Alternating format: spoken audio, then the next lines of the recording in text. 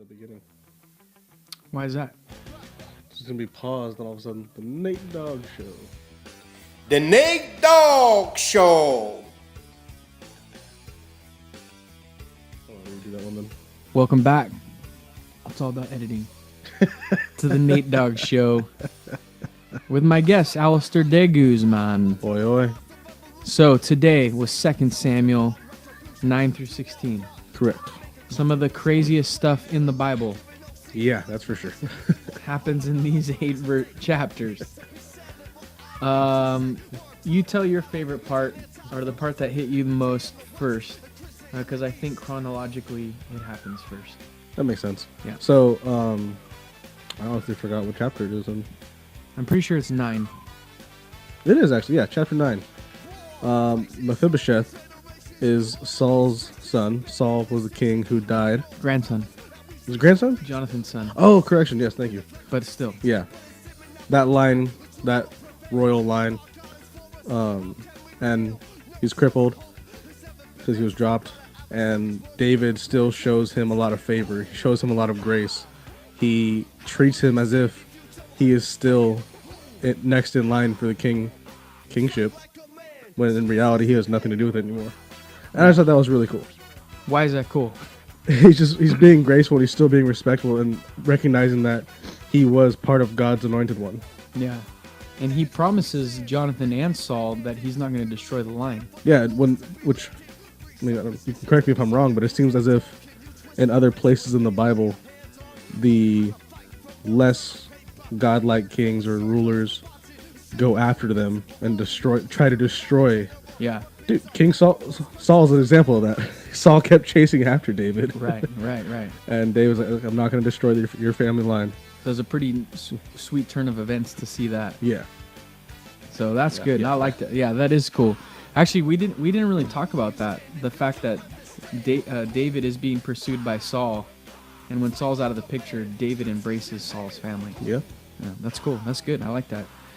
My favorite part was the end of David and Bathsheba. It's definitely not my favorite part. I don't think it's the coolest part. It's definitely like super tragic. But the way that we did actually look at the word comfort and what that means, that they're kind of weeping together, and that there's forgiveness that's taken place. And I think that David commits adultery with Bathsheba. They have a baby. The baby dies. Uriah, Bathsheba's husband, is killed. It's David's friend. He has him killed. But it's cool to see that at the end, there's some reconciliation that takes place. And even right before that, when the baby dies, David goes and worships the Lord. And man, you could think of a couple of the Psalms that would see a man on his face like that. Psalm 66 talks about worshiping together, and then going through some trials and worshiping individually, and probably put some of that. And then we know that Psalm 51 is the whole against you only have I sinned, and that's some good stuff. But how does this reading finish out with 2 Samuel 9 through 16, which we did tonight? What happens at the end of 16, and what's do you actually know what's going to happen next? I don't know what happens next. All right, well, tell me what happens at the end of 16, which is right before what's coming next. I forgot what dude's name was actually. It's not Amnon. No, Absalom. Absalom. Yeah, there is a big killing and a rape, and yeah, there's a whole lot to be read. Yeah. But Absalom basically slowly starts taking the nation of Israel away from David. Yeah. That's pretty much how it does end, is they're getting ready to deal with it. Yeah. And that's as much as I can assume. There's like a really big PG-13 thing that happens at the end of 16 with the concubines on top.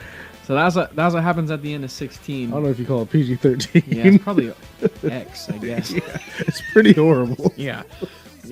So that's gonna happen, but next, David's gonna become king again, and Solomon at the end of our reading for next week, Solomon is gonna become king. So then we'll see how that goes. So yeah, that's good. Cool deal. Some good stuff. Always. I'm digging it. Cool. Thanks, Alistair. Anytime, bro.